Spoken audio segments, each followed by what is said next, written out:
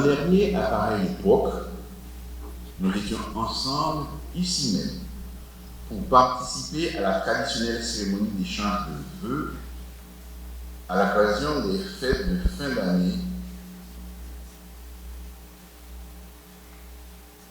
Je présente donc à chacun de vous et à vos familles mes vœux les plus sincères de bonheur, que 2023 soit une année de réconciliation, de fraternité, de paix et de prospérité. À la fin de l'année, il est bon de faire un bilan et de prendre des bonnes résolutions pour l'année qui s'en vient. Je ne vais pas vous assommer aujourd'hui avec un rapport d'activité. Ce n'est ni le moment ni le lieu. Cependant, un regard même bref sur l'année écoulée nous permet d'évaluer les points forts et les points faibles de nos actions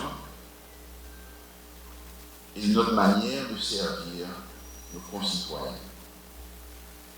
dans les différentes administrations publiques. C'est le moment de nous demander si nous avons fait tout ce qui était en notre pouvoir pour accomplir les missions qui nous sont confiées. L'année qui s'achève nous a apporté son lot de problèmes. Nous avons dû assumer et prendre des décisions difficiles qui n'ont pas plu à tout le monde, mais que les contraintes budgétaires nous imposaient. En deux occasions, la fluctuation des cours du pétrole nous ont obligés à modifier les prix à la pompe. Ce ne furent pas des décisions faciles. Et je saisis l'occasion pour souligner la solidarité de l'ensemble des membres du gouvernement qui l'ont assumé avec moi. Il était devenu intenable pour les finances publiques de continuer à supporter cette saignée de plusieurs milliards de gourdes tous les mois, alors que nous ne disposons pas des ressources suffisantes pour assister les plus défavorisés, ni pour atténuer les effets du choc provoqué par l'inflation galopante, ni pour faire les investissements nécessaires pour améliorer nos infrastructures, rendre disponibles les soins de santé, et encore moins pour équiper nos forces de sécurité et les mettre en situation de faire face efficacement aux gangs armés. Le peuple haïtien s'est plaint, mais il a compris que nous ne pouvions pas continuer à vendre à moitié prix un produit qui venait de l'étranger.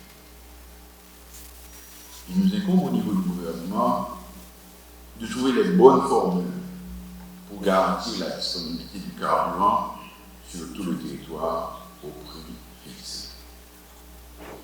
Ceci m'amène à parler de l'insécurité, de la terreur que les grandes armées font régner à la capitale et dans d'autres points du pays.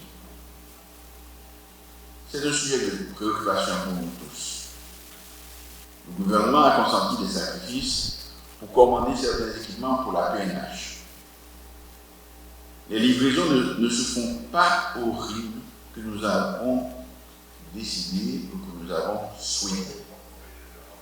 Là encore, je dois souligner la solidarité des membres du gouvernement qui ont été unanimes pour lancer aux pays amis d'Haïti un appel à une assistance robuste pour aider la PNH à reprendre le contrôle du territoire. Nous avons des raisons de croire que cette assistance va arriver. Nous en avons besoin pour réaliser ce qui est la mission principale du gouvernement intérimaire, c'est-à-dire remettre notre pays sur les rails de la démocratie, reconstruire nos institutions et rendre la direction des affaires du pays à des élus librement choisis par le peuple haïtien. Nous terminons cette année avec l'espoir que nous allons parvenir enfin à rassembler nos compatriotes autour d'un projet commun et à l'organisation d'élections libres et transparentes. Hier, nous avons lancé la signature d'un compromis national pour une transition inclusive et des élections transparentes. Des organisations de la société civile, de nombreux partis politiques et plusieurs associations patronales du secteur privé ont déjà signé. Qui plus est, ils ont désigné leurs représentants au Haut Conseil de la Transition. Le document est ouvert à la signature de tous les démocrates et de tous les patriotes qui veulent contribuer à une sortie durable de la crise que traverse notre pays.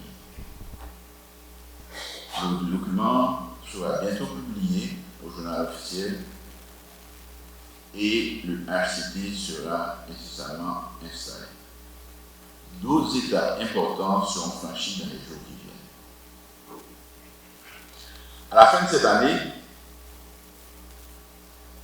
nous pouvons que dans la crise actuelle, c'est la bonne nouvelle que nous pouvons annoncer, la bonne nouvelle que beaucoup attendaient d'Haïti. Avec ce compromis, nous posons les bases pour un nouveau départ dans une Haïti réconciliée, unifiée, et nous espérons bientôt pacifiée, qui peut contempler l'avenir avec l'espoir d'un lendemain meilleur. La route sera longue. Il y aura beaucoup d'embûches à surmonter. Mais, moi, nous, plus près, passer nous plus loin, une solution durable pour le pays du monde. Pour construire Haïti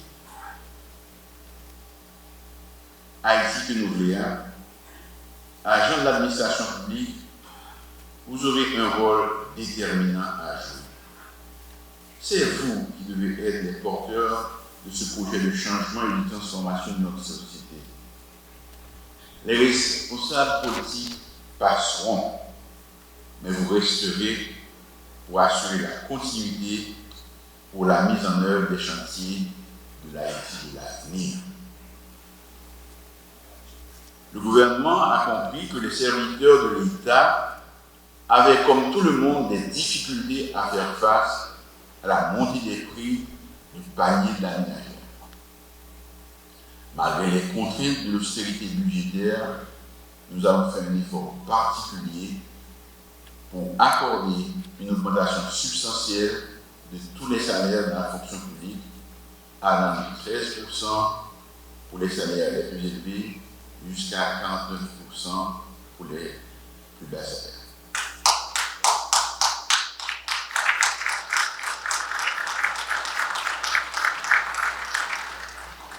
En dépit des vicissitudes du quotidien, je crois que je peux terminer mon propos en réitérant pour vous tous et pour vos familles mes vœux de réconciliation, de fraternité, de paix, de bonheur et de prospérité pour l'an de grâce 2020. Je lève mon verre à la nouvelle année qui s'en vient. Que cette année soit une année de prospérité, de grâce et de bonheur pour vous tous. Et qu'ensemble, nous contribuons à une Haïti meilleure. Bonne et heureuse année. Joyeux.